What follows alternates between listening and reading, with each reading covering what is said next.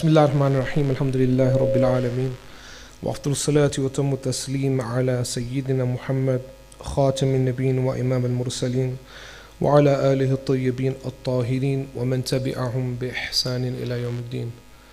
أما بعد، فقد قال جل ثناؤه في كتابه المبين: قال كم لبثتم في الأرض عدد السنين قالوا لبثنا يوما أو بعض يوم فاسأل العادين قال إن لبثتم إلا قليلا لو أنكم كنتم تعلمون.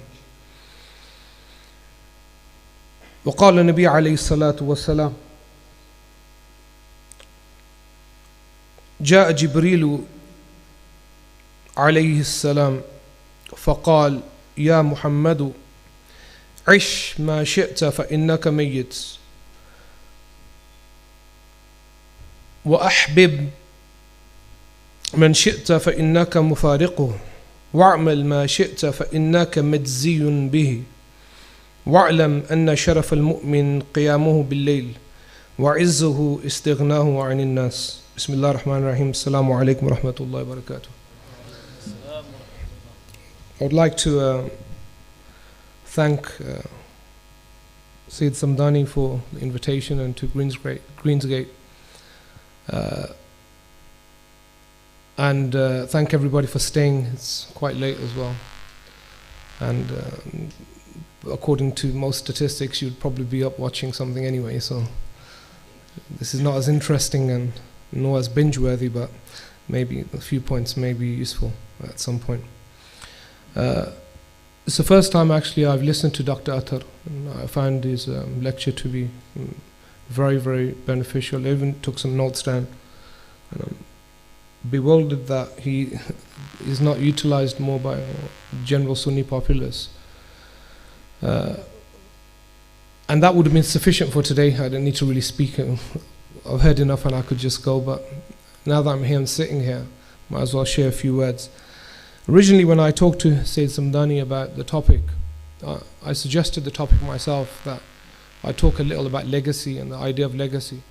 It seems kind of a cliche word, and the idea is cliche as well, I do admit, but I think there are deeper points to it that I want to mention. And I want everybody to take something away at least. One of the big problems that we tend to have is we as people who speak in front of other people often don't realize what it's like to sit on the receiving end of it. So sometimes over-prepare, mention points that go over people's heads, or oversimplify things even. So I'm going to try my absolute best to make as many beneficial points that are takeaways as well. I want to begin with a hadith of the Prophet ﷺ before I get into the verse. And this hadith is about the reality of every single person that's sitting here, including myself. The Archangel Gabriel, Sayyidina Jibreel alayhi salam, comes to meet the Messenger of God one day and says something that's profound, many things that are profound in this one conversation. He says, فَقَالَ يَا مُحَمَّدُ, he says, O Muhammad, عِشْ مَا شِئْتَ فَإِنَّكَ مَيِّتٌ. He says, for as long as you live, know that one day you will pass away. It's the first thing he says to him. Meaning life is out of your control. When God chooses to take you from this world, He will take you. Know that as long as you think you'll live, one day you will definitely meet your Lord. He said, وَأَحْبِبْ مَنْ شِئْتَ فَإِنَّكَ مُفَارِقٌ. And love whoever you may, know that one day you will be separated from them. You must remember that. وَأْمَلْ مَا شِئْتَ فَإِنَّكَ مَجْزِيٌ بِهِ. And do whatever you may do in the dunya, you will be rewarded in accordance to it.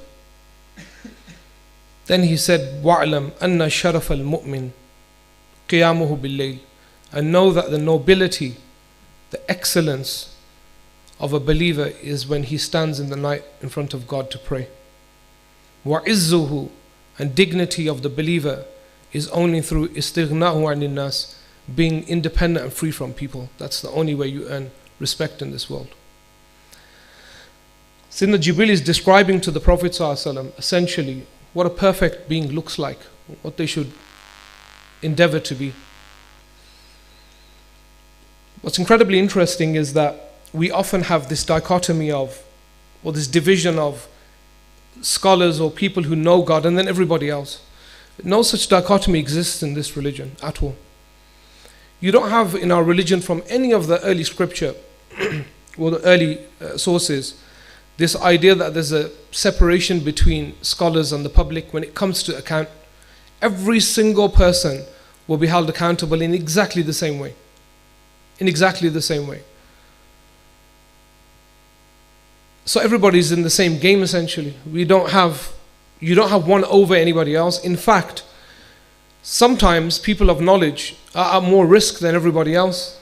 The first person to be thrown into the hellfire is a scholar who preached but did not practice that which he preached to other people. أَتَأْمُرُونَ النَّاسَ بِالْبِرِّ وَتَنْسَوْنَ أَنفُسَكُمْ وَأَنْتُمْ تَتْلُونَ الْكِتَابَ فَلَا تَعْقِلُونَ. God says, do you command people to do good yet forget yourself? Have you not read the book of God? فَلَا تَعْقِلُونَ. Do you ever use your mind? So I want to first say very clearly that when it comes to legacy and leaving something in this world, every person in this room is equal. You don't need to be a scholar, a saint of sorts, to leave a legacy in this dunya that will benefit other people in any way or form. That's the first point that I wanted to make. The second point, and I wanted to really begin with this, I even wrote in my notes, I want everybody to transfer themselves or transport themselves to a different place today. See, we often look at things the wrong way. We look at things of where we are right now. We say, you know what, I'm quite young. I've got life to live. You know, my grandfather passed away at 84. Should be okay. My family doesn't have a history of heart disease, cancer or anything. I stay relatively healthy, play football on Thursdays, keep my calories under 1,000, I should be okay. And then you get hit by a bus, somebody's burying you, you die in a car accident, a sudden heart attack, as the Prophet ﷺ said, the day of judgment will not come until people die suddenly, baghtatan. You just die. That's just how it was. 16 years old, 17, 18 diagnosed with leukemia. There's no way around it, you see. All those plans and dreams that people had. So generally when we look at our state with God, we look at it as where we are right now. I would say we need to kind of change that. Why don't we put ourselves on the day of judgment? It's a better place to kind of be cognizant of our state of affairs with God. Shaykh al-Akbar mentioned, it's quite interesting, it's a bizarre thing by the way, it messes the mind up a little bit, that are you really here or are you on the day of judgment right now recalling everything that you did in the dunya? Which one is it? Which is quite interesting, because are you really here or are you really standing in front of angels right now reflecting on your life in the dunya and seeing it almost as a movie that's played in front of you? But if we took ourselves to that place, the mawqif, حاسبوا أنفسكم قبل أن تحاسبوا, account for yourselves before you're accounted for by the angels, Sayyidina Umar said. And right now, if we were to give account for what we've done in the dunya, up to now, how would we feel about where we are with God in that regard? And we'll definitely fall short, most definitely fall short, 100%. And it seems to me that the early believers, that's how they lived their lives. The Prophet ﷺ said, "Man amana billahi wal yawmil akhir, falyaqul khayran aw liyasmut." That a person who believes in God on the day of judgment, say something good or stay quiet. Now the ulama asked, why would the Prophet ﷺ miss out all the other things? Why didn't he say, he who believes in God and the angels and the prophets and the books? Why did he only say he who believes in God on the day of judgment only? And then why did he say stay quiet? Because what you utter in the dunya has a direct relationship with judgment on the day of judgment. It is directly related to that, everything that we say. The tongue is incredible, because the whole job, that the tongue, it deludes people, you see. Think about it. The tastiest foods, take sugar for instance. You should read a book called Fat Chance. It's a very interesting book, what sugar does to the body. But sugar tastes very good, but everybody knows it's bad for us. That's why they want to introduce a sugar tax. But it's the tongue again deluding us. The tongue says, no, it's okay. Get your 5 seconds of pleasure in. Once it goes down, if it clogs your arteries, it clogs your arteries. At the same time, when we're backbiting or when we're saying bad things about people, it's the tongue again. It's saying just 10 seconds, and then once it goes beyond your throat, essentially, it's accounted for by the angels. It's incredible of how much of a mafsada it is, how much of an evil the tongue is. And that's why the Prophet ﷺ said, guarantee me 2 things, and I will guarantee you heaven. And one of those was that, the tongue essentially. But really I want to first begin, when talking about legacy, and pay homage to people that we owe homage to. See, everybody thinks, and this isn't the modern way of thinking unfortunately, that we do what we do, or we are here in the state that we are because of ourselves. This is a complete delusion. Nobody is here because of the some effort of themselves, that they one day just were born into the world and flooded themselves with piety, and we are the sum total of potentially hundreds of years of work. We forget that sometimes. It's a kind of age of entitlement. Everybody does a little bit, put it on the internet, like the people who put, and sometimes there's a disclaimer, that I'm not speaking about you, but I am actually here. All of a sudden finds that on their Instagram page they have pictures of them praying Fajr in the Masjid. How did that happen? Sayyidina Ali said, if it were not for the jama'ah of the Muslims, meaning congregating in the Masjid, which they saw some of them as wajib, some as sunnah mu'akkada, Fatima bint Muhammad would not know what Ali prays. Meaning it's a sir baynahu wa bayna ilah. It's between him and God what he prays. And that's why the Prophet ﷺ prayed all of the supererogatory prayers of the Prophet were prayed in the home of the Prophet ﷺ. Not in the Masjid, except Tahiyatul Masjid that was prayed there. But we owe homage to those who came before us. And I want to mention something very important. I'm going to begin with a question. And the question is, people often ask this question. We all ask it to ourselves, that why were we not from the companions of the Prophet? Everybody has thought it at some point. Thought to themselves, I wish I was in the time of the Prophet ﷺ. I absolutely wish. Who doesn't wish that? It's a very dangerous wish, incredibly dangerous, and I'll highlight why. But we do feel that way. We could have seen the Prophet ﷺ, we could have seen the companions, we could have sat in the presence of the best of creation, angelic gathering of bliss, where people could sit for hours just looking at the Messenger of God ﷺ. That's what we assume. We assume that's what we would have done. Would have sat outside the house of the Messenger of God and just stayed there, wouldn't have gone to work, would have forgotten marriage, forgotten the dunya. Yeah, there were certain companions like that. We would have fought in battle. I would be the first guy you would think to yourself, Abu Dujana. I would be the Abu Dujana. Even though it's difficult to wake up for Fajr, but Abu Dujana is a famous companion in Uhud who took the right of the sword, they call him. The Prophet ﷺ said, who will fulfill the right of this sword? And Abu Dujana said, I'll take it. He said, what's its right? He said, to kill as many as you can. He said, no problem for me.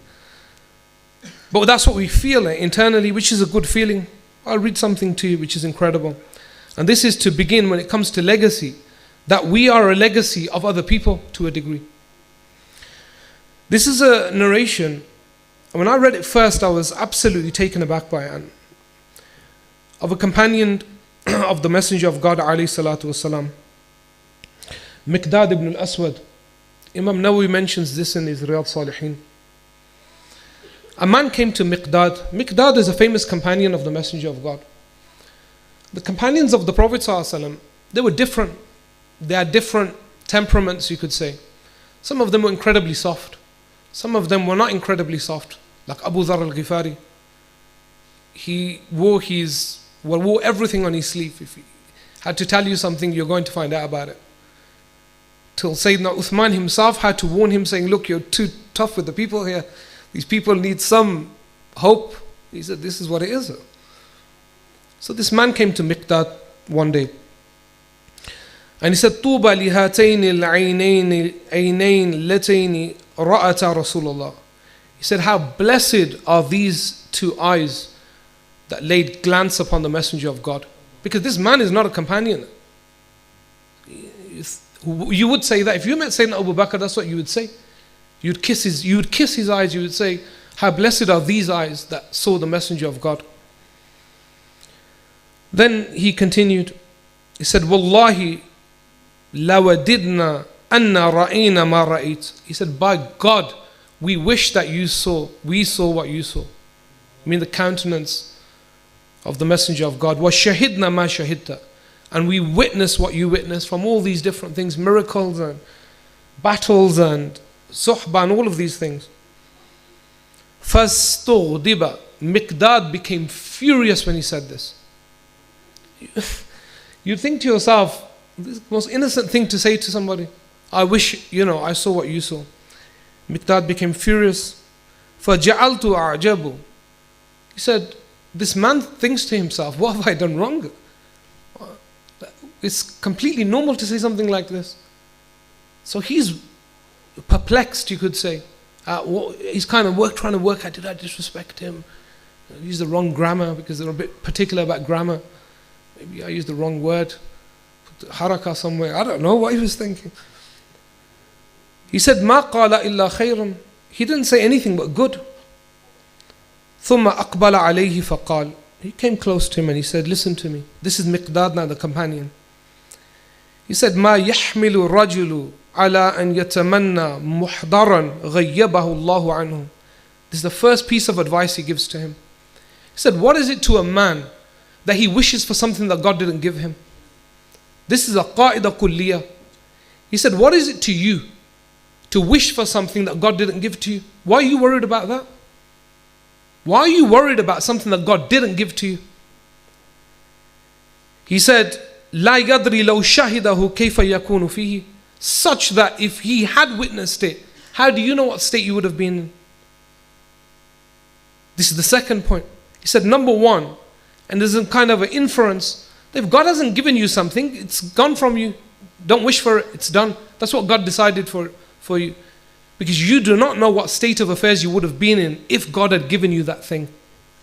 If God had given it to you, who would you have been? He said, Wallahi laqad hadra Rasulullah alayhi salatu aqwamun qabbahumullah ala manakhirihim fi jahannam. He said, by God, groups of people came to the Prophet who would be dragged by their faces into the hellfire. Groups of people came to him and they will be dragged by their faces into the hellfire. He said, why? He said, lam yujibuhu. They didn't reply to his call, walam yusaddiqu. Nor do they affirm his message. They came to him. You may have been one of those people.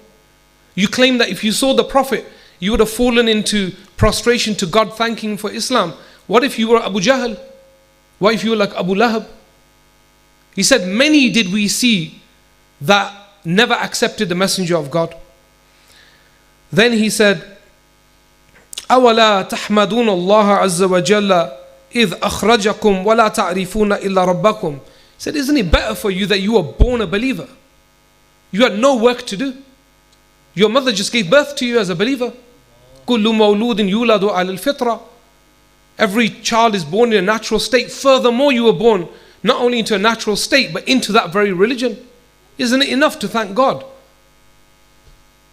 And then he said, فَتُصَدِّقُونَ بِمَا جَاءَ بِهِ نَبِيُّكُمْ. And you testified of that which the Prophet brought to you. قَدْ كُفِيتُمْ الْبَلَاء بِغَيْرِكُمْ. He said, you know the people that came before you, they carried all your burden for you. It was enough that they carried all that burden for you. Meaning Miqdad is talking about himself. He said, Wallahi laqad bu'itha an-nabiyyu ala ashaddi halin bu'itha alayha nabiyyun qattu. That the Prophet alayhi salatu wasalam was sent in a state, in a circumstance, to a people's that were more severe than any other community that a prophet had been sent to before. That's the people that he was sent to. And you wish you lived at that time. He said, في فترة وجاهلية ما يرون أن دينا أفضل من إبادة الأوثان. So these people couldn't even see that what he brought was better than their worship of idols. فجاء بفرقان فرق به بين الحق والباطل وفرق به بين الوالد وولده. He said he brought something that separated the father from his son. Now what he says next is the profundity of it is beyond belief. Miqdad says, he said he brought something that split a father from his son and a son from his father.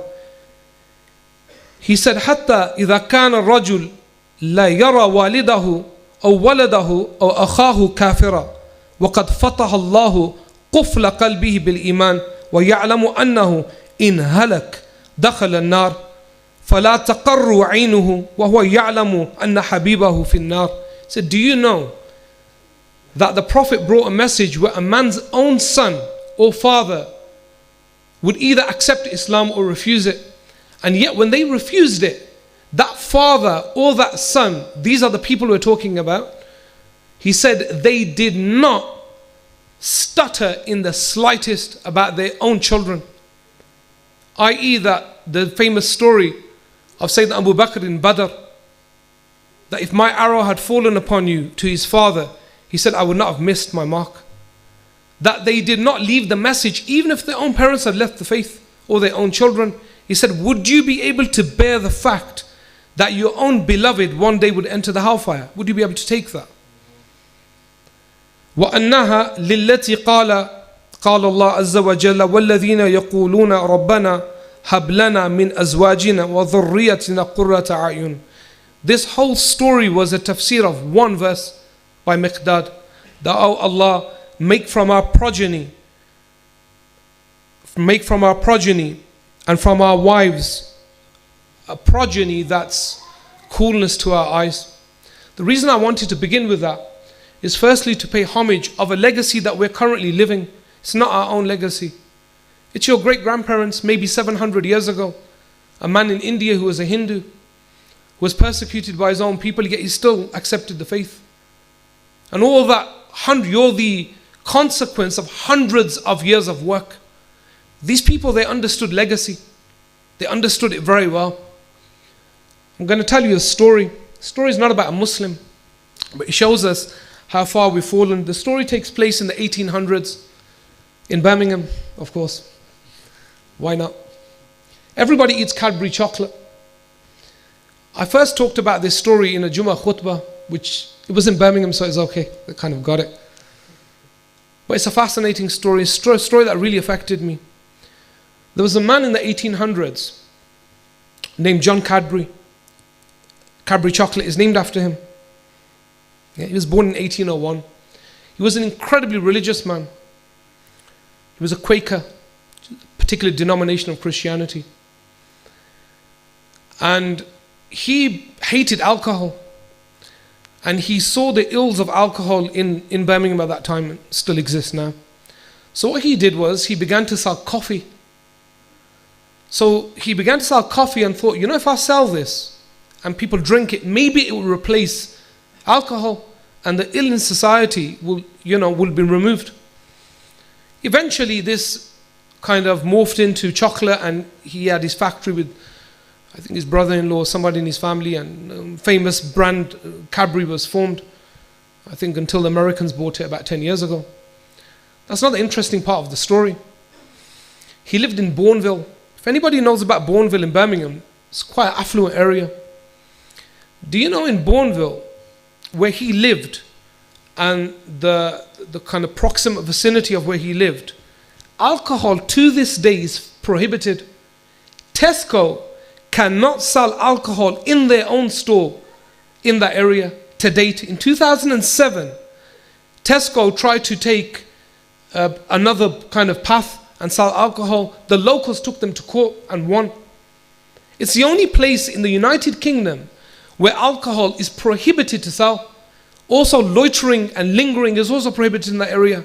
All because of John Cadbury, a non-Muslim, who lived in the 1800s, through merely selling coffee to change the state of people, till this day, in that area, alcohol is prohibited from sale. If you just think about that, how profound that is. Just a person's intention. Sayyidina Umar once walked by a monk and he wept. They said, Amir al-Mu'mineen, why are you weeping? He said, this man has spent his entire life in this monastery, in uzla, in almost a state of privation, seclusion. Yet what he believes is kufr. He doesn't believe in La ilaha illallah, and I weep for that.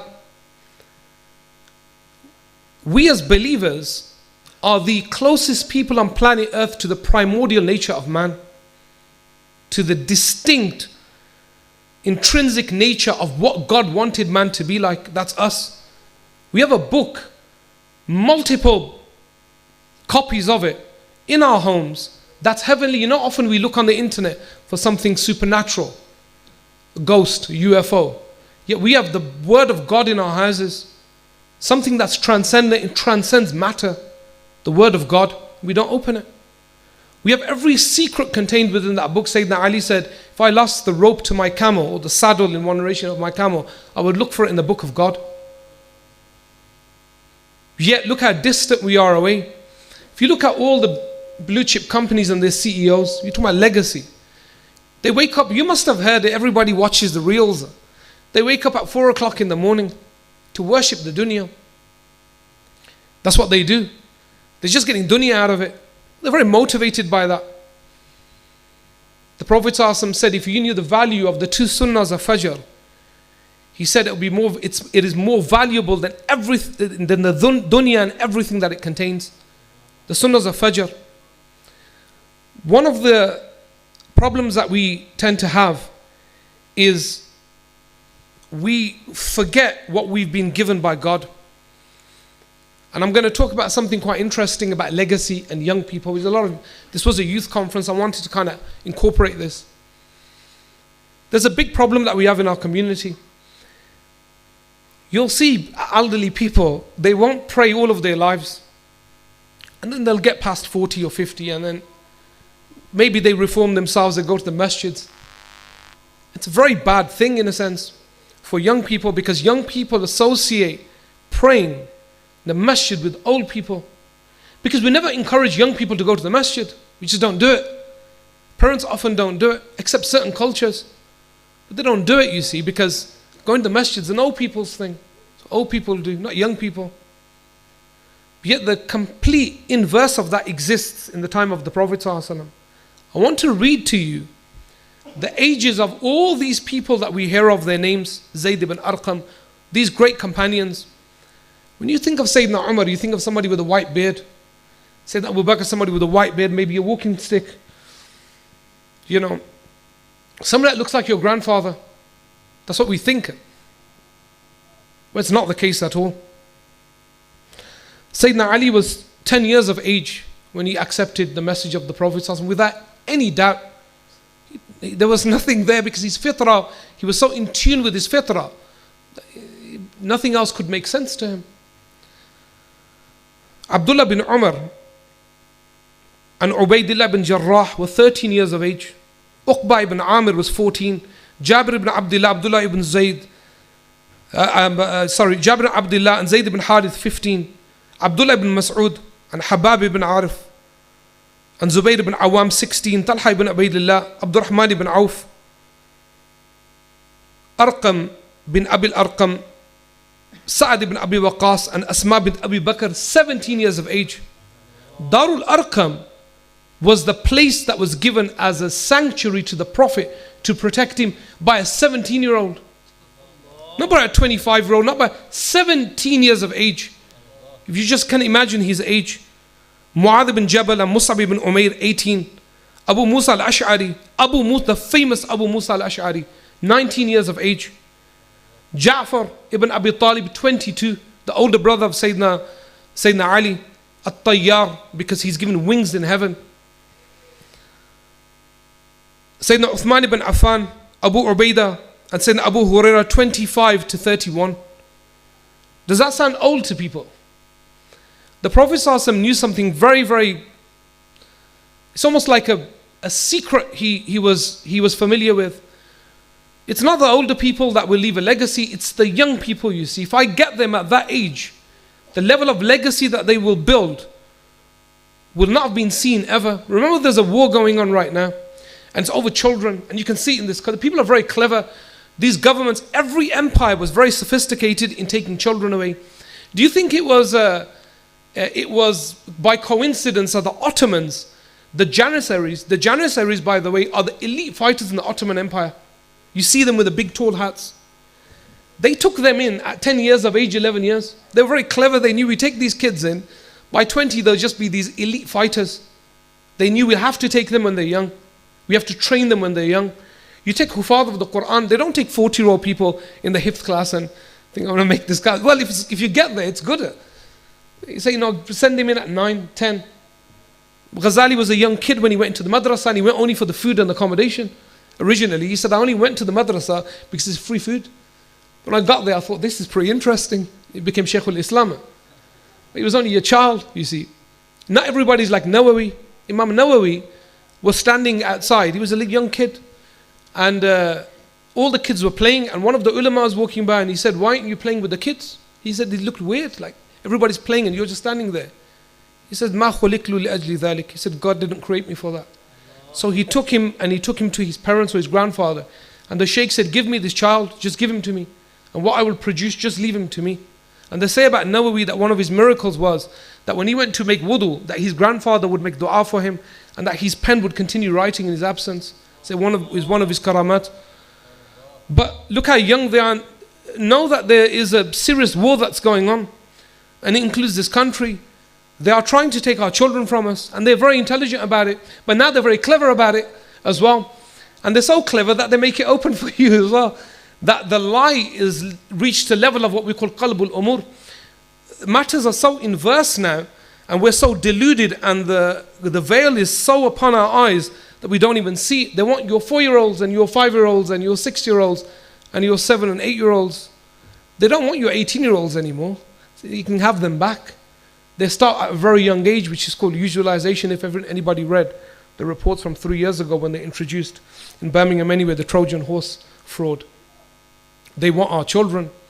For the young people here, and I'm going to mention a few more things inshallah in relation to this. I want you to know that the legacy that we require lies in your actions and your hearts today. That's what we need.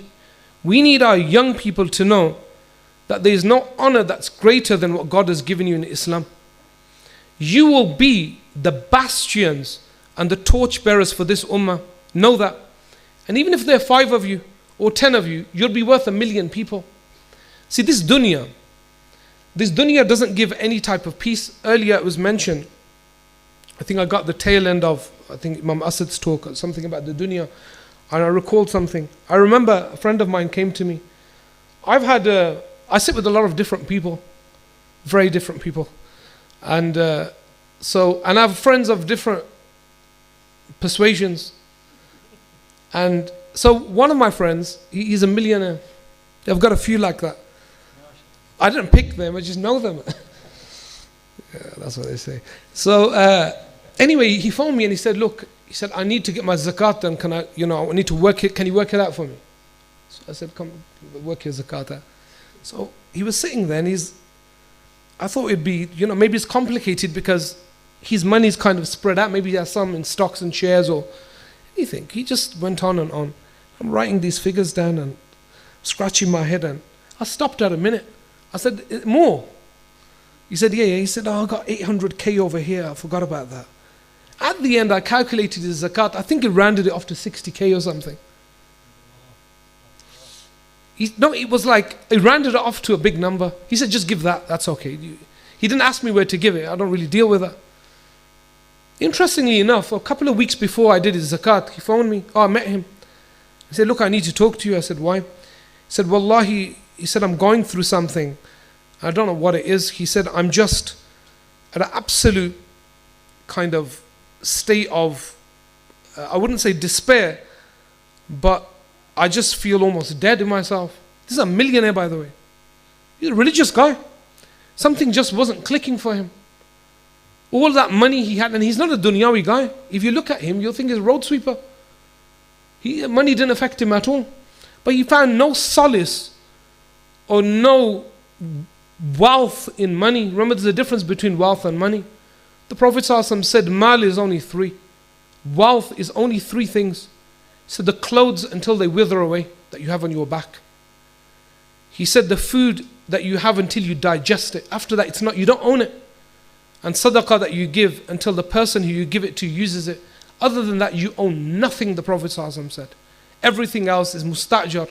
It's just loaned. You're just, it's pay as you go. That's what it is. Now I want to mention a few more minutes, and inshallah I'll close up about this. What prevents legacy, and what two things I want to mention. What prevents legacy, and what are the steps that we should take towards legacy. But first, what prevents it? Our Shaykh Salih Gursi, Allah yahfaduhu, mentioned that his Shaykh al-Sharif Muhammad al-Arab Kandi, talked about what real spirituality is. What is it, you see? What is spirituality? It's a fanciful word. And they asked him one day, قال رضي الله تعالى عنه تكلم في ماهية تكلم في ماهية التصوف كثيرون كل واحد حسب مشربه. The Shaykh said, Shaykh Arab Kandi, Shaykh Muhammad al-Sharif Arab Kandi was a great Ottoman scholar. He died in 1987. He was a great man of God. He was ill most of his life. Most of his life he was ill. He was an incredibly deep-rooted scholar from Turkey. And so they asked him, and he's incredible because he had many shaykhs, and one of his shaykhs said to him, they asked him about spirituality, and he, before I get to this definition, he gave his allegiance to a particular shaykh. And the shaykh said, he said about the shaykh, he said, the shaykh gave me things to read and I'm mulazama with it. I read it all the time. And then he made me do khidmah. And he said to me one day, he said, if I could, I would remove all awrad, all litanies, all dhikr from all of my murids and just make them give khidmah to people. Just serve people. So that would be kifaya for them. Sufficient. People don't understand it. But anyway, they asked him about spirituality. He said, أَنَّ التَّصَوُّفَ صَرْفُ الْوَقْتِ فِي مَا هُوَ أَوْلَى. He said, spirituality is to use your time for that which is the most important. That's it. So it's nothing more. To utilize your time or prioritize your time for that which is most important to you. He said, فَلَا بُدَّ أَوَّلًا مِنَ الْمَهَارَةِ لِمَعْرِفَةِ مَا هُوَ أَوْلَى بِكُلِّ وَقْتٍ. First you need to work out what's most important for you. That's the first thing you need to do. He said, ثُمَّ التَّحَرِّ لِكُلِّ وَقْتٍ مَا هُوَ أَوْلَى بِهِ مِنَ الْعَمَلِ الْقَلْبِ وَالْعَمَلِ الْبَدَنِ. He said, then work out what your heart needs and what your body needs. So firstly, I think the greatest distraction from leaving a legacy in this dunya, remember something, you can die today. Ask yourself a question. I have to ask myself every single day. If I die today, what have I left in the dunya? What is it that I've left? What have I left? Forget the money that you're supposed to leave for your children. Children are born with their own risk. I don't know what Pakistan is, but I can't speak Gujaratis and Indians. I can't really have to.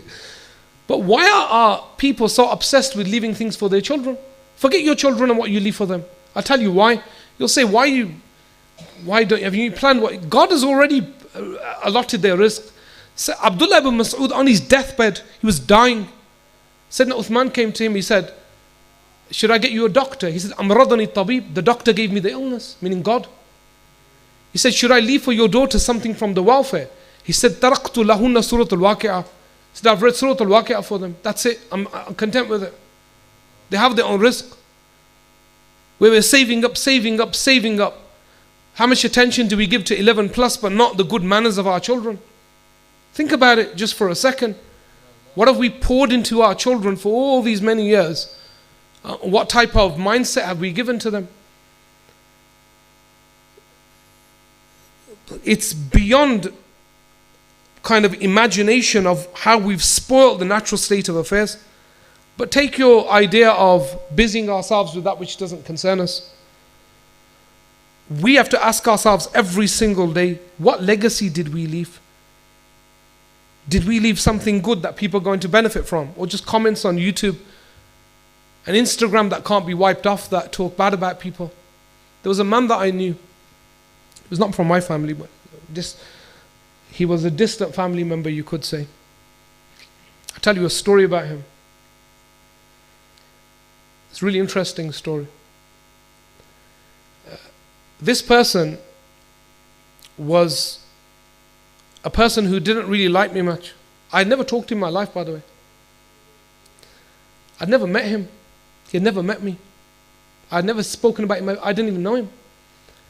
But because I married into his family, for some reason, he didn't want me to marry into his family. And my wife, who's my wife now, probably wanted her for his own son or something. Maybe that was the root of it. But anyway, let me tell you the story. But the irony is that when he died, the only person that they could find to wash his body was yours truly. The irony of all of it. This was a man who was incredibly wealthy, but he was a tyrant, and he took people's rights away. Wallahi, it took me almost 2 hours to wash his body. You could see the dhulm because if you've washed bodies before, you'd know. If you've watched many, you'll definitely know. You can see pretty quickly the state of affairs of a person. If their mouth's frothing, it's difficult. What legacy did he leave her? Being a millionaire, having all this money, nothing. And the effect of his wealth destroyed his family and iman in that family. As you'll find many poor people that have dignity and a relationship with God, and you look at their children, and the children are completely fine. And they believe in God.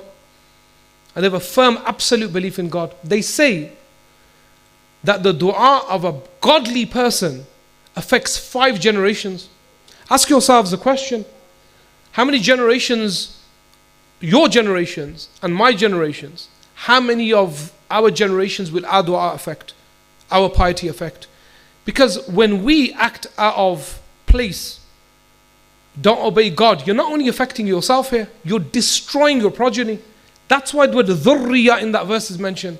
Oh Allah, make from my progeny that which will be coolness to my eyes. You're not just destroying yourself, you're probably planting the seed of atheism in your grandchildren or your great-grandchildren. Do not think that your actions will only affect you. On the day of judgment, you'll have to pay for that. The seed that you have sown into the hearts of your progeny, the family structure that you've built and what you gave importance to and what you didn't give importance to. Just think about that and let it settle just for a second. So these are some of the problems: distraction, the idea that we're distracted from what our priorities actually are. I saw a video the other day, little clip. This man was saying, if you nurture your children, you can spoil your grandchildren. And if you don't nurture your children, you'll have to nurture your grandchildren then. It's a very interesting quote. The idea that the more nurturing you give to your children, the more your grandchildren will have it easy essentially when it comes to iman. I want to talk about some of the solutions. The Prophet ﷺ said, "Min ashrati sa'ati an yaqilla al-ilmu wa yadhhar al-jahlu wa yadhhar al-zina wa takthur al-nisa wa yaqilla al-rijalu hatta yakuna li 50 imra'a al-qayyim al-wahid." The underlining principle of all the signs of the Day of Judgment is one principle, and that's qalbul umur. That the Prophet ﷺ inferred with this body of hadith, that you know when the Day of Judgment is coming, when everything is inversed. Girls are boys, boys are girls, just to highlight that example. Lies are truth and truth are lies. Goodness is evil and evil is goodness. When these things you see these things, know that the Day of Judgment is coming. In this hadith, the Prophet ﷺ said, from the signs of the Day of Judgment is knowledge will decrease, begin to disappear. The death of the ulama. Shaykh Sjaad, rahimullah ta'ala, one of the great scholars from the Ottoman treasures who died a few years ago. He sat in Fatih Masjid. I saw him in early 2000s, Shaykh Sjaad. You have to remember, in Turkey, there was a prohibition. The ulama could not teach in the madrasas. My friend Isa told me that his teacher would take his students to a madrasa, lock it so it looked locked from outside, with 6 months of supplies, and they wouldn't leave because they'd be arrested for it if they found out they were teaching and studying there. This is before Erdogan. I saw Sheikh Amin Siraj sitting in a room teaching. This is the Shaykh al-Islam of Turkey, teaching young children Sarf and Nahu. A great scholar. He died a few years ago. One of the ulama said Sheikh Amin Siraj has died and he's fulfilled his obligation with God. We took a covenant with God when He created us. Alastu bi rabbikum qalu bala shahidna. Am I not your Lord? We all witnessed it. Indeed you are. We have witnessed it. Shahidna. But have we fulfilled our obligation here in the dunya? This man died, and he can, when he rises, he can say to God, I fulfill my obligation. What you sent me to the dunya to do, I did it. That's it. One of the early Salaf, he said, become a scholar, and if you cannot, become a student, and if you cannot, he said, love the scholars, and if you cannot, at least do not hate them. At least do not hate them. Scholars have their imperfections, of course they do. But now it's just become normalized. People just swearing and cursing scholars. It's just normalized now. Just don't do that. Have we fulfilled our obligation to Allah Jalla wa'ala? The Prophet ﷺ said, and look, people like Shaykh Amin Siraj, nobody has replaced him in that area. Then the Prophet ﷺ said, and ignorance will be widespread.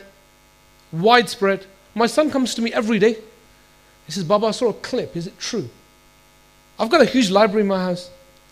Huge for me anyway. You're reading all these books. Huge library isn't a big library. It's the books you actually read.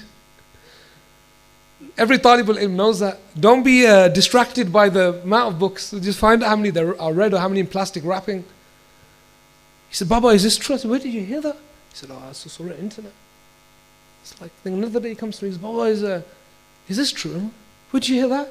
It's on the internet. I said, I sit here every day with all these books. All your knowledge you're taking from the internet. And he said, but that's the reality of it. That's the access to knowledge. This is jahl, and this type of jahl. وَيَظْهَرُ الزِّنَا, and zina will be everywhere. The only time in the history of man where you can observe zina from your bedroom, you can see it. The only time in history where you can backbite on your own, just on the internet. The only time. وَتَكْثُرُ النِّسَاء, and this is the important point I want to mention. And there will be many women and few men. But then the Prophet ﷺ qualified that. He didn't say men, you see. He said, حَتَّى يَكُونَ لِخَمْسِينَ إِمْرَأَ الْقَيِّمُ الْوَاحِدُ, until for every 50 women, there will be one real man. A real man. You know this red pill movement. All the kids know I'm talking. Andrew Tate, and he's our brother now, so I'm not going to say anything bad about him. But this red pill movement, wake up from the matrix, Morpheus has given you the pill. The irony is, this entire red pill movement are just in a state of inception. They've woken up from one bad dream into another bad dream. They're still in decision. The only people that have a cure, the real people of the red pill, are the believers. They're not consumers. If you look at the red pill movement, all it's about is consumer. The idea that you just consume more dunya. It's about not being a brokey, having as much money and women as... That's not our way. Ours is beyond that. We understand that this dunya is just finite. It's ephemeral. It's nothing to it. The idea that there's something beyond that. We're not interested in dunya. We're interested in the transcendent. That which begins after, beginning in the loosest terms, which is God. That's all we're interested in. We're interested in experiences beyond material wealth. We're the real people of red pill. The people who really wake up. The Prophet said, alayhi salatu wasalam, or Sayyidina Ali said rather, that die before you die. He meant wake up. But real men, and this is what I want to talk about, finish with legacy. We do need real men, but we need real women as well. If we don't have real women, Haji Baba was a Turkish scholar. You can see, you really quote his Turkish scholars. Haji Baba was a Naqshbandi scholar in the 90s. All of his disciples were women. That's a red flag normally. So they said to Haji Baba, they said, he was a great wali. They said, why are all your disciples women? He said, who's going to give birth to the men? Very important. Do you know that Imam al-Bukhari's mother brought him up as a single mother? Do you know that? Do you know Imam Shafi'i's mother was a single mother? Do you know Imam Ahmad bin Hanbal's mother was a single mother? These are women. Fatima Fihriya is the founder of the Qarawiyyin, the greatest Islamic university we've had, possibly or arguably in our history, founded by a woman. When we lose our women, we lose our children, real men. This is very interesting because, you know, when people talk about equal rights, women sometimes feel left out. They say, oh, you know, the men get everything. Well, interestingly enough, for all the men that talk about, women need to be obedient, or women say we need to be obedient to our husbands, but all of your sons need to be obedient to you. No son is allowed to be disobedient to mothers, so there are plenty of men that are obedient to their mothers. Well, they should be. Without great women, we will not have great children, but we're lacking great men, and we're not developing great men. And I'll finish on these few points, inshallah, and we'll wrap it up. I didn't translate the verses that I began with, and I want to finish with this. Allah subhanahu wa ta'ala states in the Quran, this verse is about the mushrikeen. That's not the point, because the verses are general in the Quran, in their meaning. In the grave, according to Ibn Kathir, and according to others after that, the person is asked, قَالَ كَمْ لَبِثْتُمْ فِي الْأَرْضِ عَدَدَ السِّنِينَ. How many years did you live in the earth? How many? Was it 100? Was it 70? Was it 80? Was it 90? قَالُوا لَبِثْنَا يَوْمًا أَوْ بَعْدَ يَوْمٍ. Maybe a day or half a day, we can't remember. Who counted it? Ask. فَاسْأَلِ الْعَادِينَ قَالَ إِن لَبِثْتُمْ إِلَّا قَلِيلًا لَوْ أَنَّكُمْ كُنْتُمْ تَعْلَمُونَ. You only lived a little, only if you knew that your life was going to be very short. أَفَحَسِبْتُمْ أَنَّمَا خَلَقْنَاكُمْ وَأَنَّكُمْ إِلَيْنَا لَا تُرْجَعُونَ خَلَقْنَاكُمْ عَبَثًا وَأَنَّكُمْ إِلَيْنَا لَا تُرْجَعُونَ. Do you think that we created you for nothing? God says. And did you not think that one day you would return? We will return tomorrow, there's no doubt about that. Rizwan will know in Birmingham, the amount of young kids we've lost. I've lost count in the last 2 months. 20, 21, 26, 16, 18, gone from this world. Death does not differentiate. La yumayyiz, does not care if you're the son of a wali or a scholar, or if you're a scholar, doesn't care. Death has no mercy. It will take you. But what the angels will appear as will be based on your life. I'll leave you with Ibn Jawzi, Abdurrahman Abu Farj, one of the greatest scholars of Islamic history. He's dying. He's on his deathbed. And his grandson is with him. His grandson narrates his story. He says, my grandfather, who 200,000 people made tawbah at his hand. Abdurrahman ibn Jawzi, 200,000 people made tawbah in his hand. One of the greatest scholars, a contemporary of Sayyidina Abdul Qadir al-Jilani, rahimahullah ta'ala. They say he was dying. It's said that when the angel of death comes to you, he comes in a state that's usual for you, that's safe for you. Maybe in the appearance of your father or your mother or something else like that, whatever it may be. Or he shows you something else to distract you. He said, my grandfather kept moving his hands back and forth. I asked him, what are you doing?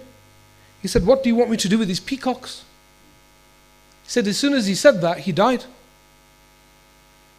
Meaning the angels were distracting him to remove his soul. So they showed him something that was wondrous, something that settles his heart. He said, I saw my grandfather the next day. Or one of his students says, I saw Abdurrahman ibn Jawzi, our teacher. I saw him in heaven on a mimbar made out of pearls, giving khutbah to the angels. How did he die? What state of affairs did he die in? Do you know that he kept the clippings of his pens? They would make pens, and he would keep the clippings all of his life, so that the water that they would boil, they would burn those clippings to boil the water for his ghusl. That's how forward thinking he was. I'm going to leave you with the thought. I was with my cousin yesterday, the day before, and he mentioned something to me, and he said, look, we say we believe, but do we really believe? said, what are you talking about? He said, if you had a son, my son's almost 16. He said, if your son died now, he's been pubescent for 1 year, how would you feel about it? Feel upset. But he said, he's made it. He had 1 year to account for, nothing. He said, if we really believed, none of these things would really upset us. None of them would upset us. We would just accept it, qadrullah maqdura. He did as he chose. We would accept them. But yet he said, we're constantly running away from it. So how much do we really believe? And that's why the Prophet ﷺ said that a believer does not have belief when he commits haram. Because you can't have belief in your heart at that moment only. Because you're rejecting God almost. Meaning a believer is one, the inference is not here that you're a disbeliever if you commit haram. But the reality is a believer always submits his heart to Allah Jalla wa'ala. What we hope is we follow the statement of Allah in the Quran. Allah states, worship God hatta ya'tika al-yaqeen, until certainty reaches you. The ulama say that's death, or that's a vision, or that's something that you see that brings absolute certainty in your heart. I hope today that we all go away and we think to ourselves, let me now sit down, forget my ROI, return on investment and anything, or my education, but what can I leave in this dunya? Everyone here, where when I wake up on that day, it will be returned and manifest in the form of good deeds. What can I leave? What can I leave in this dunya? And we struggle and we immerse ourselves in finding that one thing that fits with us and sits well with us. On the day of judgment, we can rise with the messenger of God and say, look, I left something of benefit for the people.